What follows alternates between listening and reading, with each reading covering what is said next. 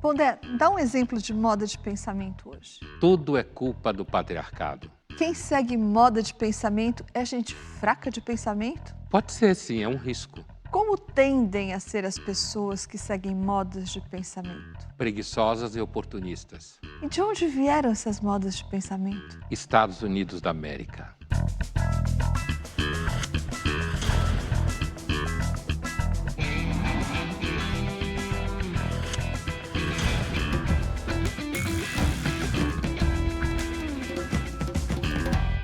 Estamos iniciando mais uma edição do Linhas Cruzadas, hoje para falar sobre modas de pensamento. Oi, Pondé. Oi, Thaís. Pondé, quando a gente fala em modas, normalmente a gente está se referindo a hábitos, a comportamentos. Só que hoje a gente vai falar sobre modas de pensamento. Explica isso aí. Primeiro de tudo, uma moda de pensamento não tem a ver com aquele pensamento não ter valor enquanto tal, né?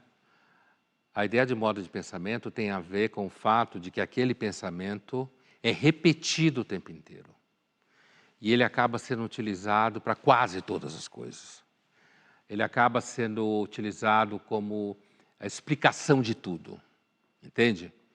Então, isso é a primeira coisa importante de entender. Então, seria quase como dizer que moda de pensamento não é uma expressão que se refere à qualidade, mas se refere à quantidade. E aí você repete, repete. Então, é claro, você falou, existe moda de roupa, né? Moda de comportamento. A moda de pensamento é você pensar, que a gente vai discutir ao longo do programa, sei lá, as 3, 4 coisas que está todo mundo escrevendo, todo mundo falando. É uma espécie de derivado daquilo que o jornalismo chama efeito rebanho. E o fato de se repetir essas 3 ou 4 frases, esses 3 ou 4 pensamentos que estão sendo reproduzidos por todo mundo, causa que tipo de dano? Eu acho que isso são vários níveis, né? Primeiro porque alguém pode perguntar, mas onde está a moda de pensamento? Onde ela se realiza? Ela se realiza na mídia, na imprensa, nas universidades, nas escolas, né? Ou seja, a gente pode dizer que ela se realiza nos equipamentos de produção de pensamento na sociedade, né? E os males que ela causa, ela faz com que, por exemplo, você forme na universidade jovens que só explicam tudo a partir daquelas 3 ou 4 ideias. Elas acabam se transformando nos critérios últimos da escolha editorial na imprensa. Elas se transformam em alguma coisa, uma demanda obrigatória para quem está no debate público ou no espaço público. Se não falar daquilo, significa que, a priori, você deve ser contra aquilo, certo? Então, esses são alguns dos males, mas, resumidamente, causa um estreitamento de pautas, né? O empobrecimento da semântica, como se fala, das próprias palavras que você usa, porque as modas de pensamento, elas tendem a serem utilizadas como explicação para todo tipo de problema. Então, essa estreiteza de pensamento que causam as modas de pensamento não acaba também criando uma estreiteza de criatividade, por exemplo, que se reflete, por exemplo, na produção cultural e não acaba fazendo com que filmes, livros, séries acabem todos ficando mais ou menos do mesmo jeitão, assim, tipo um workshop de diversidade? Que já é típica moda de pensamento, né? Encaixar tudo nesse assunto. Com certeza, produção audiovisual, né? Principalmente americana e brasileira também. Os argentinos são muito melhor do que nós nisso, né? Como você sempre faz questão de Eu sempre lembrar. faço questão de lembrar para ver se a gente se toca, né? Vai fazer curso com eles para aprender a fazer cinema, né? Um exemplo, algum tempo atrás aparece uma entrevista com uma atriz importante de Hollywood, em que ela fala que era fundamental para Hollywood fazer filmes de ação que fosse dirigido por mulheres. Isso é um outro tipo de típica moda de pensamento, né? Você achar que os problemas de alocação de criatividade vai se resolver assim. Então, quando você pergunta se não causa um mal à criatividade, sem dúvida nenhuma. Inclusive porque você acaba, como você é formado nisso, você acaba reproduzindo isso o tempo inteiro, e aí não tem criatividade nenhuma, porque você faz o caminho da roça. Ou é A, ou é B, ou é C, ou é D, mas é sempre alguma coisa dessa ordem. Vamos ver agora uma cena do filme Marighella, dirigido por Wagner Moura. O que você veio fazer aqui, Jorge? A maioria no partido. Esquece o partido. O que você veio fazer aqui? A maioria no partido é contrária à proposta de vocês, a qualquer ato de aventura armada. Não é aventura! É reação. Quem não reage, rasteja! É suicídio! Nós estamos juntos no partido há mais de 30 anos. Você é padrinho da minha filha. Com quem você está se juntando? Com os mesmos que estão lutando agora no Vietnã. Que lutaram em Cuba, na Argélia. Jovens patriotas com metade da nossa idade e o dobro da nossa coragem, Jorge. Existem outras formas de reagir. Não existe! Não existe! Como é que vai reagir isso aqui? Aqui! Isso aqui! Aqui! E é o seguinte, eu não vou ser preso de novo, eu não vou ser torturado de novo e, sobretudo, eu não vou admitir desaparecimento de companheiro meu por omissão de liderança covarde. Você só não está na cadeia até hoje porque eu publiquei a notícia da tua prisão no meu jornal. Foi só por isso que você conseguiu um habeas corpus. E eu tive meu jornal destruído por causa disso. Agora não venha você posar de revolucionário desmerecendo o sacrifício dos outros. Você me respeite!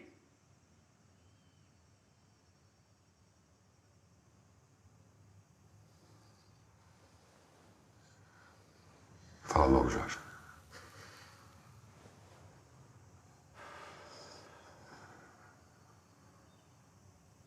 Vão te expulsar do partido.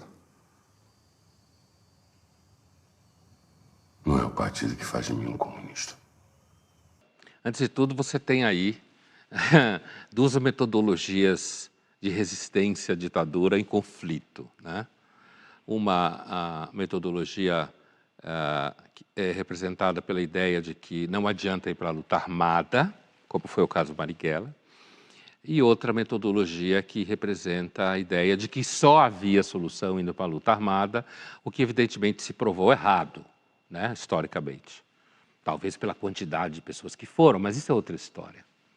Agora, é claro que a representação da ditadura no cinema brasileiro é claramente uma moda de pensamento, né? Porque é uma coisa que se repete, e aí você sempre brinca comigo dizendo que eu falo muito do cinema argentino, mas se você comparar, por exemplo, os filmes brasileiros que tratam de assunto da ditadura com filmes como O Segredo dos Seus Olhos, argentino, que ganhou Oscar, se não me engano, o melhor filme estrangeiro, que trata da ditadura argentina, que também foi uma monstruosidade, você percebe a diferença de qualidade dos dois tratamentos, né? Aqui, a moda de pensamento no Brasil, que é uma característica dela, acaba produzindo o empobrecimento no tratamento das questões, né? E aí, no caso, a gente ouve esse diálogo à distância do tempo, eu quero dizer. Para quem não é submetido a modas do pensamento, ou seja, construir heróis, né? No caso da ditadura, fica muito claro que o que o personagem Marighella fala, junto com quem está no Vietnã, junto com quem está na Argélia, junto com quem está em Cuba, certo? A gente olhando daqui para lá, você vê como a história andou, né? O movimento na Argélia, parte dele pelo menos, se transformou em formas violentas, inclusive de terrorismo, fundamentalismo religioso, eu quero dizer, fundamentalismo religioso. O Vietnã, que foi vencido pelo norte, pelos comunistas, acabou virando um lugar onde a Coca-Cola é bem-vinda, né? Cuba está caindo de podre, de alguma forma, a população sofre, não é democracia, todo mundo sabe que não é, e está aí. Então, historicamente, pelo menos se a gente pensasse historicamente, se perceberia que a tentativa de transformar figuras como essa num grande herói é, na realidade, uma necessidade de quem faz o filme, de quem interpreta, entendeu? E a moda de pensamento, ela tem essa característica, ela diminui em você a capacidade de crítica mínima em relação às coisas. Até porque nessa cena que a gente viu, embora exista uma discussão metodológica, como Sim. você falou, e embora os exemplos estejam tanto ultrapassados, ainda se trata de uma discussão entre o bem e o bem, não é? A evolução histórica mostrou que, na verdade, não há bem nenhum. É isso que normalmente as pessoas que têm modo de pensamento não conseguem lidar, certo? Porque a moda de pensamento mantém você infantil na visão da realidade. Ali não há bem nenhum. Não há bem nem nos dois, nem há bem em quem destruiu o jornal de um dos personagens. E quem matou e torturou pessoas. Também não havia bem ali. Né? A tendência que a gente assistiu nos últimos tempos no Brasil, inclusive encarnada por figuras do bolsonarismo, quando não ele mesmo, de querer fazer uma, entre aspas, uma releitura da ditadura, gourmetizando a ditadura, né? Que não emplacou como moda de pensamento porque está na periferia do debate público, onde normalmente a direita está, na periferia. Feita por gente que não tem raízes na imprensa, não tem raízes da academia, não tem raízes nas escolas. Mas foi uma tentativa de aliviar a ditadura e dizer que era o bem. Não há bem, nem quem torturava, não há bem no Partido Comunista, como a gente hoje sabe muito bem. Nessa época já sabia, é que o Brasil está sempre atrasado, né? A ditadura no Brasil foi a Guerra Fria no Brasil. Linhas Cruzadas volta já já e no próximo bloco, outro exemplo de moda de pensamento na política e fora dela. Tudo agora é atentado contra a democracia.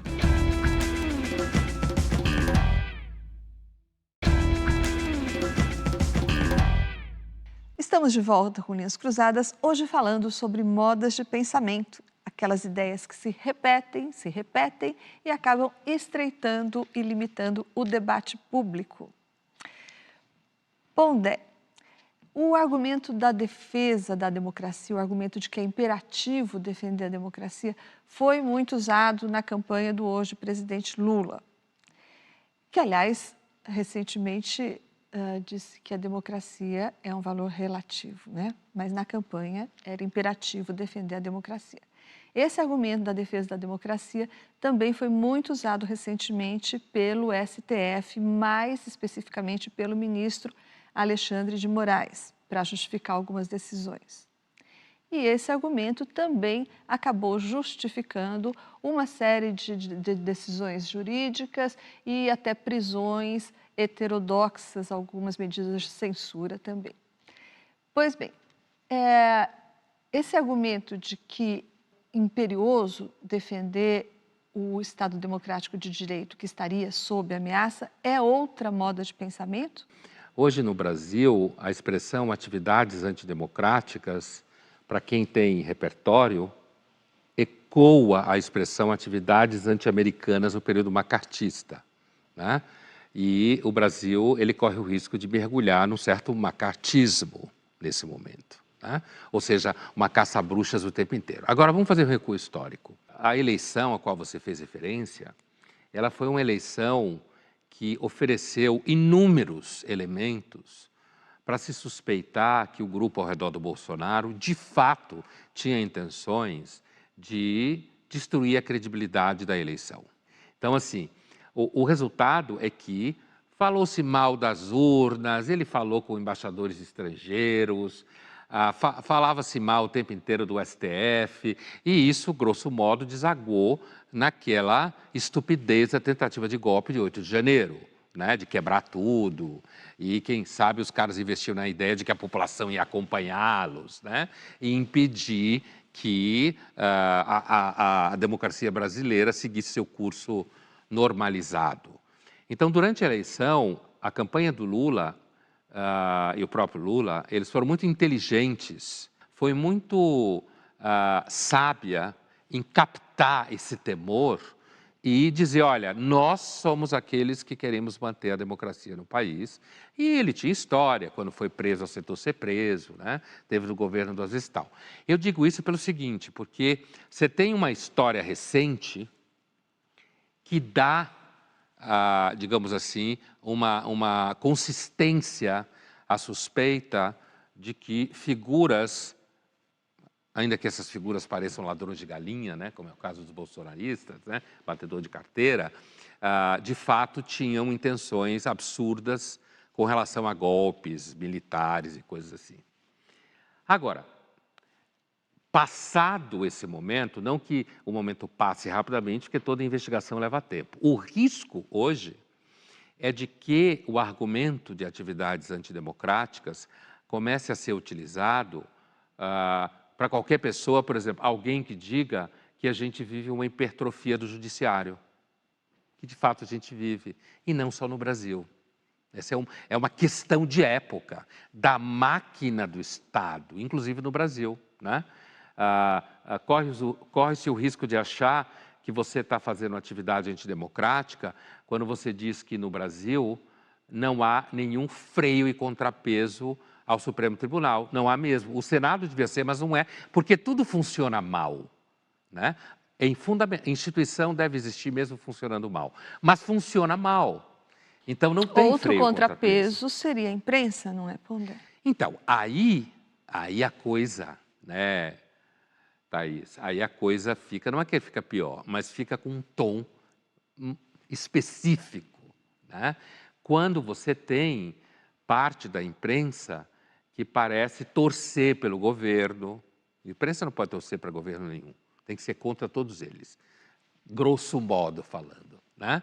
A parte da imprensa parece comprar o pacote de porque, de fato, existiu e existe gente que alimentou na cabeça, nas redes sociais, financiou a ideia de um golpe de Estado, de inviabilizar que o Lula assumisse a presidência, que porque existe gente, alguém aqui que está discutindo temas do debate público, que está falando, por exemplo, como você disse, há pouco citou a passagem do Lula, né? Quando ele relativizou o conceito de democracia, muitos jornalistas e intelectuais correram a justificar isso, né? Então, ao invés de apontar, olha, tudo bem, mas o PT tem histórico de parceria e de simpatia com caudilhos latino-americanos, certo? Não, a preocupação da imprensa, de grande parte dela, foi botar panos quentes. A gente vê isso vendo jornais, né? Lendo jornais. O que acaba, desgraçadamente, dando razão a quem, no outro polo, acusava o pensamento público brasileiro de não ter nenhuma imparcialidade no tratamento dos objetos. Então, essa ideia da expressão atividades antidemocráticas no Brasil correu o risco de assumir o lugar das atividades anti-americanas nos Estados Unidos, é um risco grande. As modas de pensamento, elas estão assumindo dinâmicas judiciais e não mais só culturais. E, nesse momento, ela estabelece um constrangimento absoluto, tanto no sentido que você tem vergonha, né, de defender determinada ideia, quanto no sentido de que você não deve falar, porque pode acontecer alguma coisa ruim para você. Vamos ver agora uma reportagem que mostra como essas modas de pensamento estão afetando o debate público. Modas do pensamento sempre existiram, porque a moda se define pela característica de ser mais fugaz, né, do que uma grande tendência de pensamento. Às vezes as modas estão embutidas dentro de uma grande tendência de pensamento. Elas implicam, de uma maneira ou de outra, de um empobrecimento, né, ou de uma simplificação. Empobrecimento talvez não necessariamente, mas certamente de uma simplificação, né, de uma corrente de pensamento. Não usa vestido, não usa calção. Inverno pra ela é pleno verão. Existencialista com toda a razão. Só faz o que manda o seu coração. Ai. E lá pela Estância diz Chiquita Bacana é existencialista. Essa também foi um modo de pensamento no pós-guerra, do existencialismo, sobretudo do Sartre. O existencialismo não é apenas seguir o seu coração. É claro que críticos, né, da filosofia existencialista, em particular do Sartre, criticam um certo voluntarismo moral do existencialismo. Então, dessa maneira, assim, a caricatura está certa, né? Mas, assim, a moda de pensamento é sempre essa simplificação. As coisas são sempre mais do que a moda nos deixa ver. Ou pelo menos costumavam ser, né?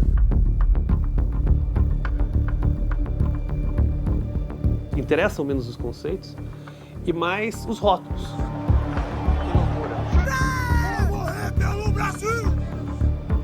Nesse momento, nós estamos vivendo um desejo enorme de regulação, de repressão. Não é? Então, esse ataque permanente, você não é democrata, você é democrata, isso extrapola os limites da democracia, você é um risco à democracia. Primeiro, geralmente o risco à democracia é o outro. Eu nunca sou o risco à democracia, o outro que é o risco à democracia. A censura, porque a censura de repente se tornou uma moda à direita e à esquerda. Né? Eu acho que é mais do que o modismo. A mim parece que isso diz respeito à nossa raiz autoritária, nossa dificuldade de aceitar regras iguais para todos, a letra da lei, o devido processo, os direitos individuais.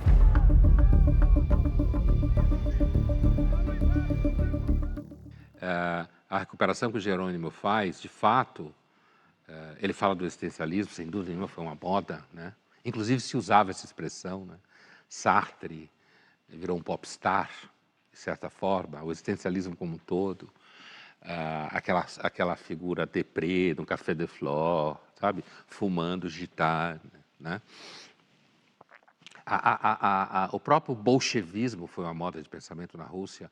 Toda a polêmica na Rússia ao redor dos revolucionários ao longo do século XIX, né? Inclusive se usava a expressão polarização entre aqueles que eram a favor de ocidentalizar a Rússia e aqueles que entendiam que a Rússia devia ser mantida eslava, distante dos avanços modernos, distante do socialismo, qualquer coisa assim. Então, acho que de fato existiu mesmo antes. Agora, como tudo diferente do que era antes, agora é em escala maior, né? Então, quem tinha noção do que era ser um seguidor do Sartre nos anos 60, inclusive no Brasil? 5 pessoas, né? Hoje não. Hoje, esses fenômenos, eles assumem uma escala gigantesca, que não tinha na época, né? Mas isso é porque agora tudo assume uma escala gigantesca. Com relação ao que fala o Schuller, quer dizer, ele acha que isso é de certa forma, pior do que modismo, né? Porque isso, na verdade, é perigoso para a estrutura da democracia enquanto tal. Então, moda seria muito light para a expressão, que ele não deixa de ter razão. Agora, uma coisa que ele fala textualmente, né? Que, de fato, essa coisa de ficar acusando o outro sempre como ameaça à democracia, né? O outro é ameaça, eu não. O outro é ameaça à democracia. Crê nesse movimento simples em que eu aponto o dedo e digo, você é uma ameaça à democracia e eu sou aquele que estou salvando a democracia, isso você já devia tomar cuidado com esse tipo de movimento. Pois é, quando o Schuller fala isso, ele aponta uma dimensão oportunista também no uso dessa moda, né? Quando ele diz que a ameaça à democracia é sempre o outro, eu nunca ameaço a democracia, mas sim o outro.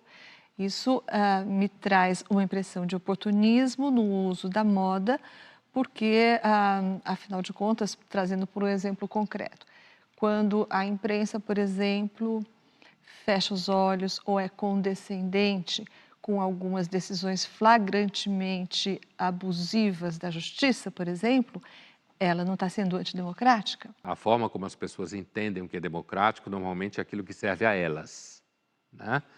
E, com relação ao oportunismo, como a gente falava na abertura do programa, é uma das características do quem segue moda do pensamento. É preguiçoso intelectualmente e oportunista do ponto de vista de ocupação de espaços, né?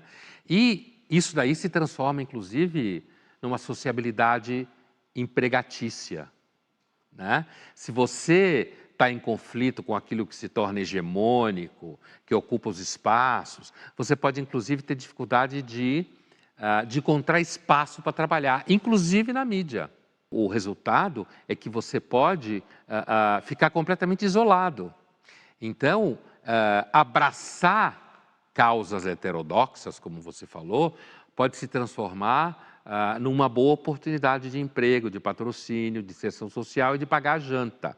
Agora, o risco está no fato, que a gente tem que perceber, que é assim, o fato de ter existido num país grupos que de fato chegaram ao ato, no dia 8 de janeiro, ainda que um ato canhestro, né? E sem nenhum fôlego, né? Isso não significa que a gente pode simplesmente continuar no movimento em que no país qualquer pessoa pode ser acusada de ser antidemocrática simplesmente porque está fazendo o seu trabalho de reflexão pública. E presa por isso. E presa, pior ainda, presa, né? Ter a sua vida destruída, ficar pagando advogado caro. Linhas Cruzadas volta já já e no próximo bloco, nem desigualdade, nem combate à miséria. O mundo hoje gira em torno da militância de gênero.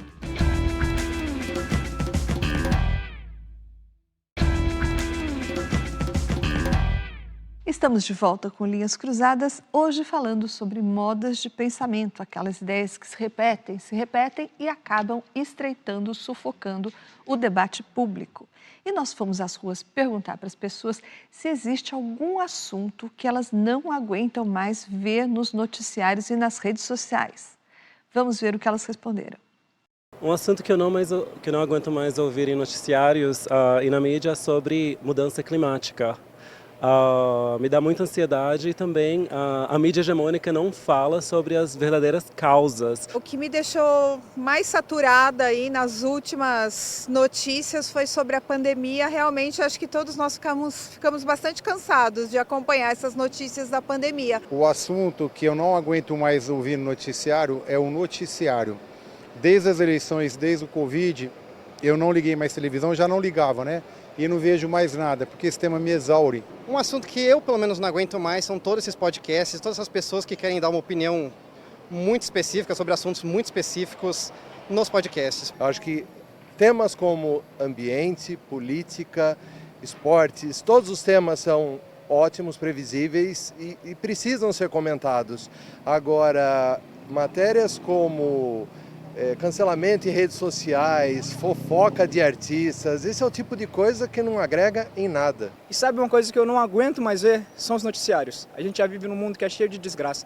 A gente olha para o lado, só tem coisa ruim. Então se a gente dentro de casa também mantém algumas energias ruins, acho que não vale a pena. É melhor a gente se encher de positividade, se encher de coisas boas, para que a gente consiga enxergar um mundo com uma visão muito melhor. Eu não aguento mais ouvir falar sobre harmonização facial. Todo mundo querendo a mesma boca, o mesmo cabelo, o mesmo nariz. Chega, pra mim já deu. Adorei ela. Não aguenta mais a harmonização facial. Inclusive porque as pessoas acabam ficando todas com a mesma cara, né? Você fica fazendo a harmonização facial, né? Inclusive porque a harmonização facial não é nenhuma novidade, né? A velha plástica, ou um velho conjunto de plásticas e procedimentos. É que agora tudo, sei lá, é derivado de harmonização de vinho, talvez. Talvez tenha sido daí, as pessoas acham que é meio chique, porque é a palavra que se usa para a combinação entre o vinho e a comida que você vai comer, né? Mas então, é uma pergunta difícil para as pessoas, né? Porque é uma pergunta que, dependendo do que você fala, você se entrega, né? Dependendo do que você falar que você não aguenta mais, você se entrega. Como a primeira pessoa falou que o que ela não aguentava mais ouvir falar foi do clima, né? Quer dizer, uma fala como essa em determinados ambientes pode fazer você perder o emprego, vão chamar você de negacionista, pelo simples fato dela dizer que não aguenta mais falar disso. Embora depois ele tenha explicado que ele não aguenta falar sobre isso porque ele fica ansioso. E ninguém explica as causas. Aliás, as pessoas escondem as causas, né? Aliás, acho que ele falou a imprensa esconde as causas. Não lembro se ele falou esconde, mas ele falou que não fica claro, né? Eu lembro dele dizer alguma coisa como não fica claro as causas. Agora, no caso da imprensa, da mídia, tem um elemento que é o seguinte: a mídia tem uma certa vocação a efeito rebanho, né? Ela fala o que ela mesma está falando, o que os outros veículos estão falando, e isso às vezes dá até desespero nessas marcas de mídia que tem notícias o dia inteiro, como as pessoas ficam o tempo inteiro, 1h30 falando da mesma coisa o tempo todo. Deve dar, imagina, usar uma expressão de avó, gastura, para essas pessoas terem que ficar o tempo inteiro falando, quem trabalha comentando a notícia, debatendo, como eu e você, quer dizer, a gente sabe o que significa você ter que ficar discutindo a mesma coisa ao mesmo tempo. ou em tempos diferentes. A mesma coisa, a mesma coisa. Que isso é uma coisa que exaure, né?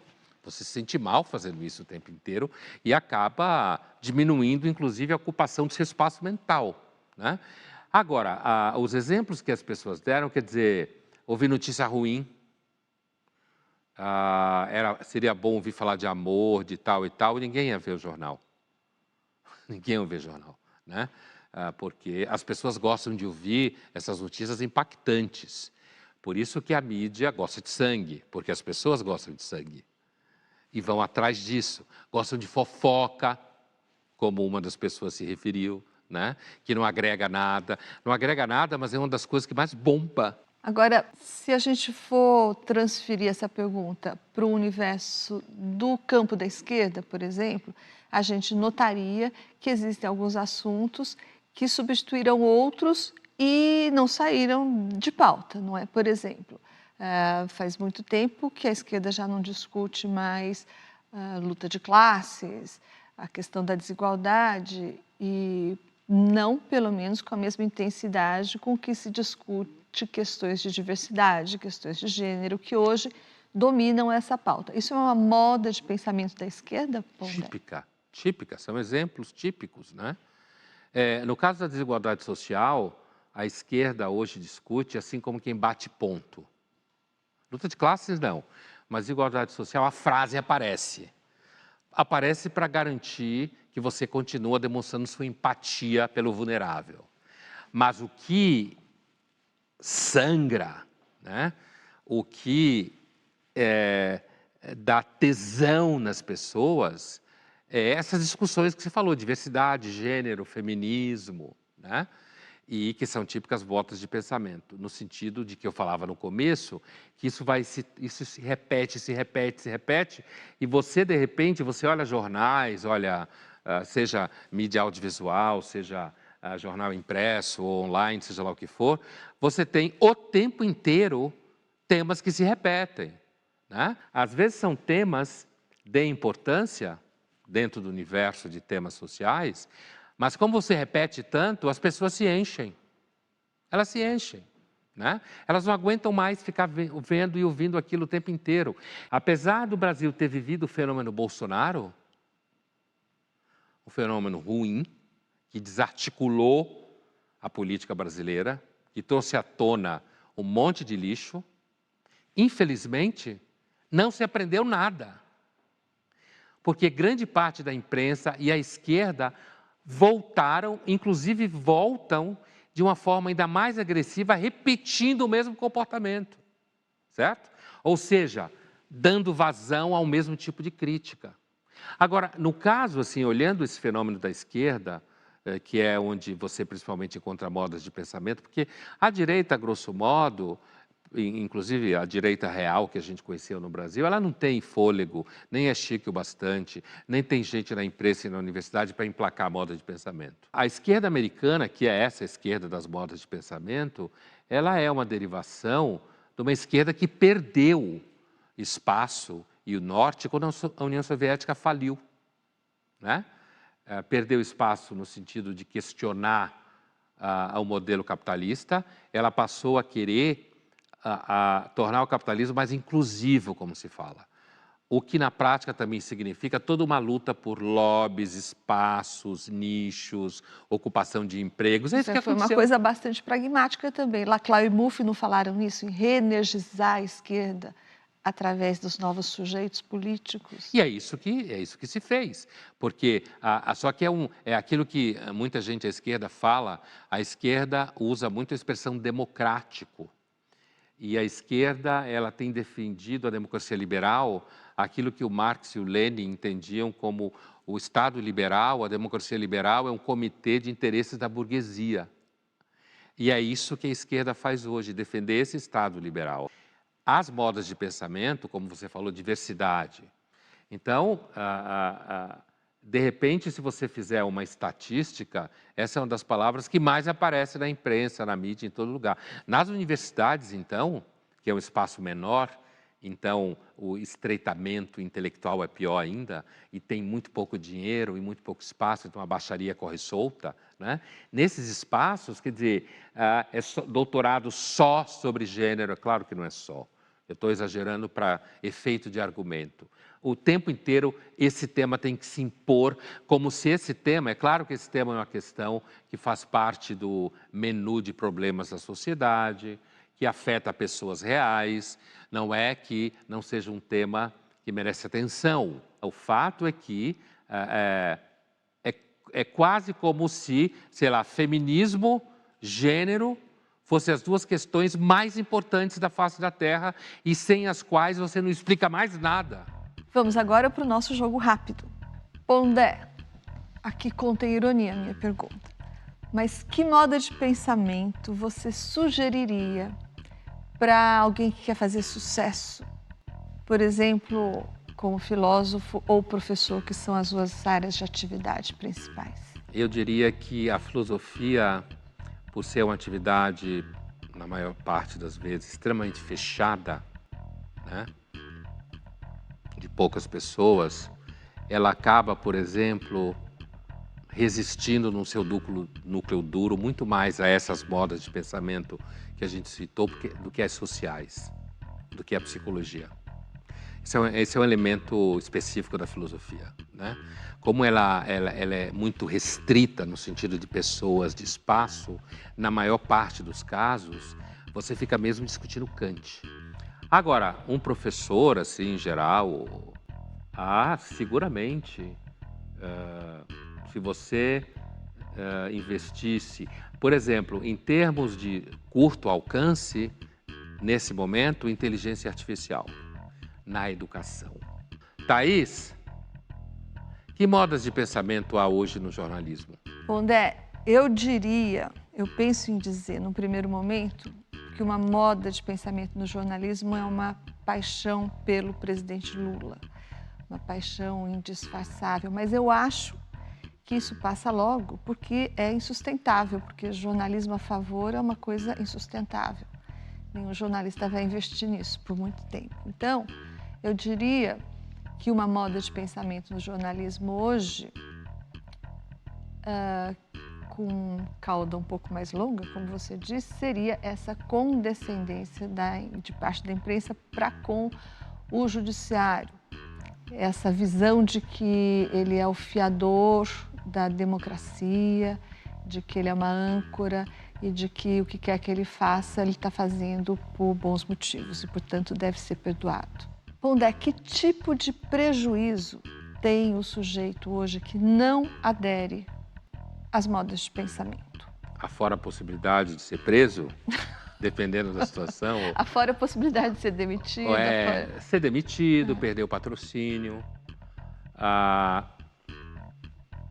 de repente não passar em concurso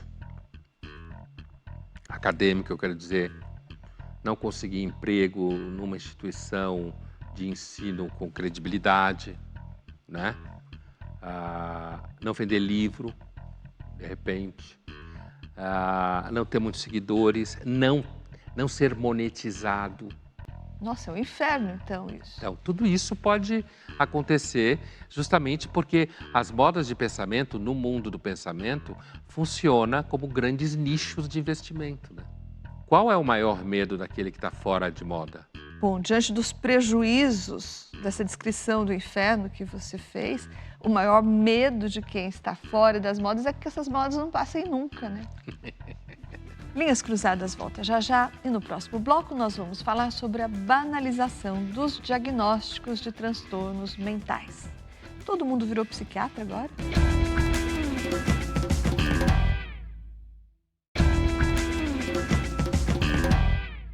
Estamos de volta com Linhas Cruzadas, hoje falando sobre modas de pensamento. Um assunto que virou uma grande moda de pensamento é o diagnóstico sobre transtornos mentais nas redes sociais. Segundo divulgou o próprio TikTok em outubro do ano passado, a hashtag Mental Health, saúde mental, tinha tido até então 45 bilhões de views, até outubro do ano passado. Vamos ver vídeos em que o assunto é esse e que foram postados aqui por brasileiros no TikTok.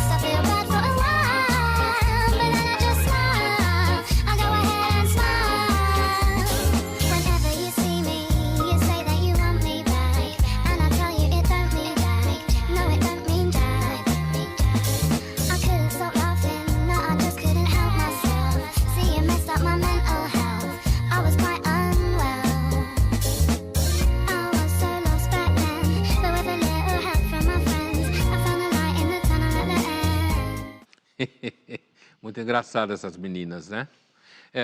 Meninos não postam isso? Falando de problemas mentais. Quer dizer, problemas mentais, né? Aspas. Pois é, porque muitos desses comportamentos apontados aí são comportamentos adolescentes normais, né? Ficar Então, inseguro, por exemplo, em relação ao namorado. Ciúme. Ciúme. Né? Muitas aspas. Mas eu acho que esse tema da saúde mental como modo de pensamento, as coisas socialmente falando, historicamente, são sempre complexas, né? É claro que há uma ampliação de ferramentas de diagnóstico. Por quê? Porque a pesquisa avança. É normal nesse sentido. Você tem uma maior rede de players no mercado da saúde, né? Ou seja, a saúde mental virou um mercado, né? E, é claro, você tem profissionais, mais profissionais formados. E à medida em que isso ganha o espaço de mídia, o próprio Frank Furedi, ele mostra a frequência, o aumento da frequência ao longo dos anos 90 até 2001, de expressões do mundo psicológico na mídia em geral, na educação.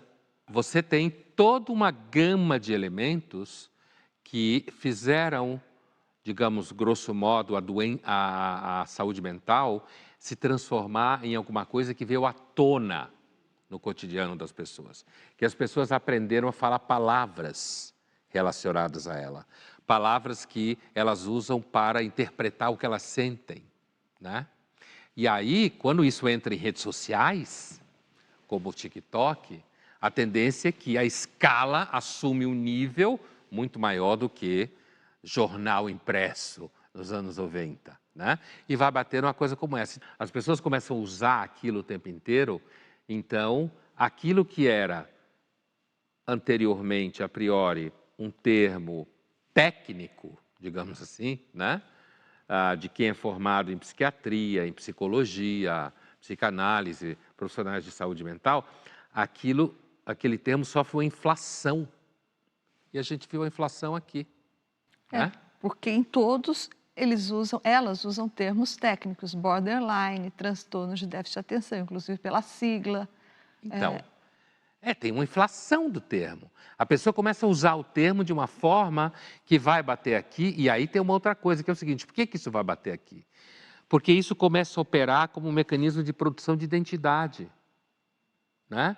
O meu diagnóstico é a minha identidade, certo? E na medida que o meu diagnóstico é a minha identidade, eu sei quem eu sou. Agora, finalmente, eu sei o meu lugar no mundo, certo? E o meu lugar é científico. Pondé, então isso não acontece só aqui. Tem esse estudo que foi publicado em fevereiro do ano passado pelo Canadian Journal of Psychiatry.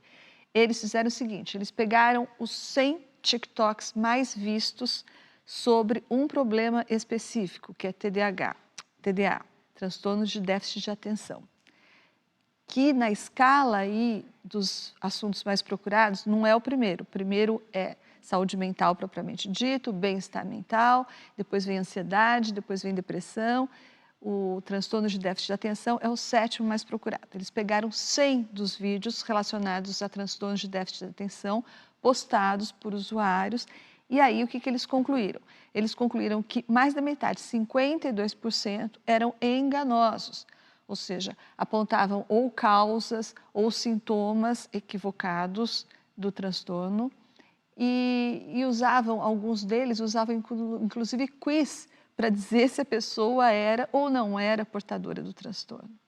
Então, me parece que, vendo esses vídeos aqui, eu penso que esse índice, essa porcentagem de vídeos enganosos, 52%, deve ser, na verdade, muito mais alta, não é? Bom, porque se a amostragem apontou isso, é porque, na realidade, o que está do lado de fora da amostragem provavelmente é muito maior, né?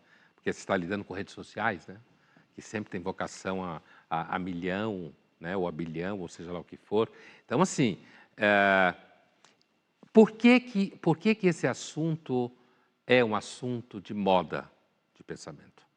Isso media a relação das pessoas com o trabalho, por exemplo. Isso media a relação das pessoas com a educação formal, institucional, né? E isso faz com que a discussão da saúde mental se transforme numa discussão cotidiana do ambiente de trabalho. Se antes o RH já tinha que ter psicóloga, ou muitos psicólogos que trabalham em RH, hoje esse assunto ele se transforma num assunto tão premente que a empresa pode ter problemas jurídicos. A relação com a escola formal, com a instituição, também pode se transformar num problema jurídico. O problema relacionado à saúde mental, eu quero dizer.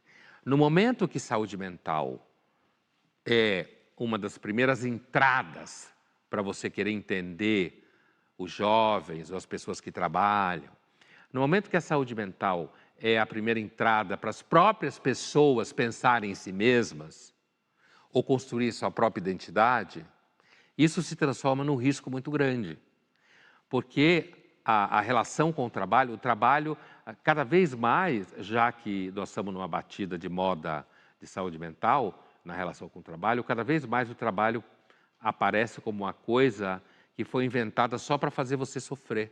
Isso e o Furet também fala que isso acaba fazendo com que as pessoas esqueçam que o trabalho também é uma fonte de prazer. Então, aí que está. Quer dizer, a ideia de que a gente tem que viver com o suor do rosto, que não é simpático ou não é legal, isso esconde o fato de que o trabalho, hoje em dia, é um dos maiores espaços de realização pessoal. Escolher a saúde mental como uma das primeiras entradas para pensar a relação das pessoas com o trabalho você danifica a capacidade da pessoa trabalhar.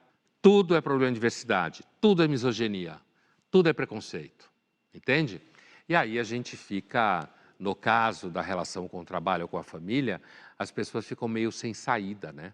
Porque se eu vou para o trabalho e adoeço, eu vou fazer o quê? Se eu precisar trabalhar. Vamos assistir agora a uma cena do filme Depois de Maio, que se passa em Paris, depois de maio de 68. William Worthy's a reporter. He went down to Cuba after the revolution, but when he tried to come back to the States, they wouldn't let him.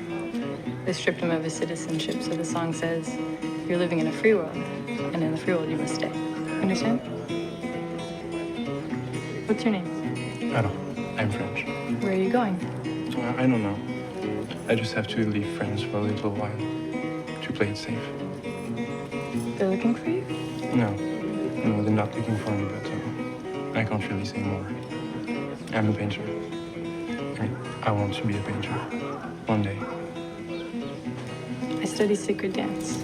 Dance that has to do with religious or magic rituals. In the West, we've lost touch with the mystical origins of dance, but in the Orient, they still dance for the gods. In fact, I'm in Italy because my father works at the U.S. Embassy in Rome. He's a diplomat. The CIA? We don't know. Stop talking crap. Carl just got back from India. Dropped too much acid? You didn't drop enough. Now, the CIA protects the rotten Christian Democrats. They're afraid the communists are going to take over legally, and they're willing to pull whatever dirty trick it takes to stop them. That's what your old man does. Open your eyes. My father's more interested in Italian girls. Whatever, he can do whatever he wants. I don't care. I hate communists.